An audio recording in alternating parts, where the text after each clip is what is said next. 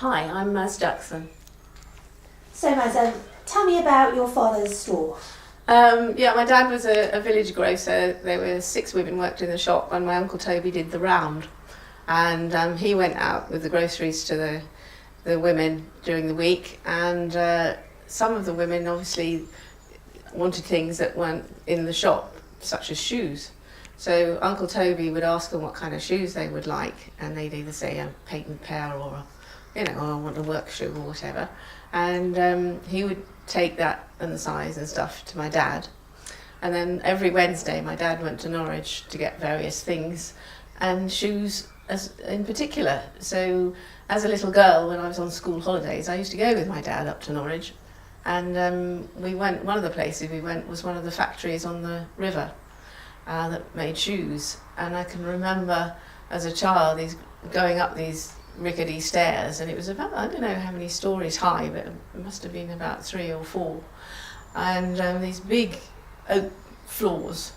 And then suddenly there'd be this noise of a tap tap, and these 2 flaps would open, and there'd be a pulley going up through the building, and various bits and pieces of shoes would come up on a platform with the pulley up through these flaps, and then it would raise up through that floor, and then the flaps would open on the next floor, and up it would go, and then the flaps would bang down.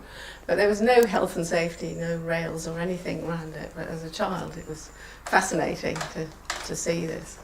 And then he'd take me down if he couldn't get he'd get something there, and then we'd go down to St Benedict's, where there was, I think it was an old pub, and you'd go in and it was floor to ceiling of boots and shoes, and Dad used to buy a lot of rubber boots as well. I don't know if there was a rubber boot factory in Norwich, I'm not sure, but anyway, he went for the shoes too, and it was just like a rabbit warren or a rat run through all these thousands of pairs of shoes. And this old boy would find exactly the right pair and come back with my dad, and Dad would buy half a dozen of this and 6 of that and the other, and take them back home with the ladies' shoes for the farm that he got from my Uncle Toby to take her, and the rest would go up in the boot room, which was a big room in the house where all the shoes for the shop were kept. It was quite a well-known business around. So people used to come from everywhere for their shoes in the country. So that was the connection with Norwich and the factories. With the ladies in the farms? Yes. So did they ever go to Norwich?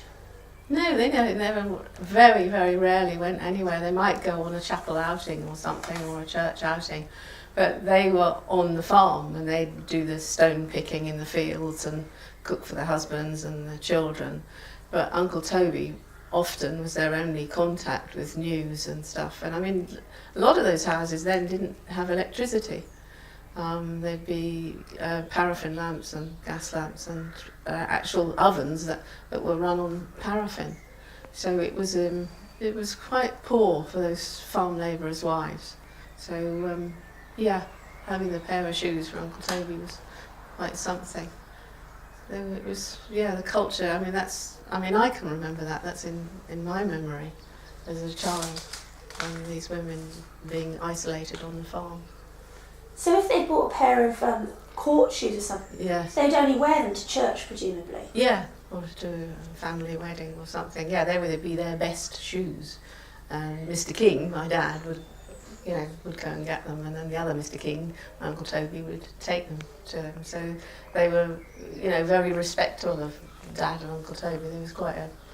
It was a nice thing to do. And my dad went to a lot of trouble, as did Toby, to get the right things for them, because they respected them too, and their lives were hard, those women, very hard. So it was a nice thing.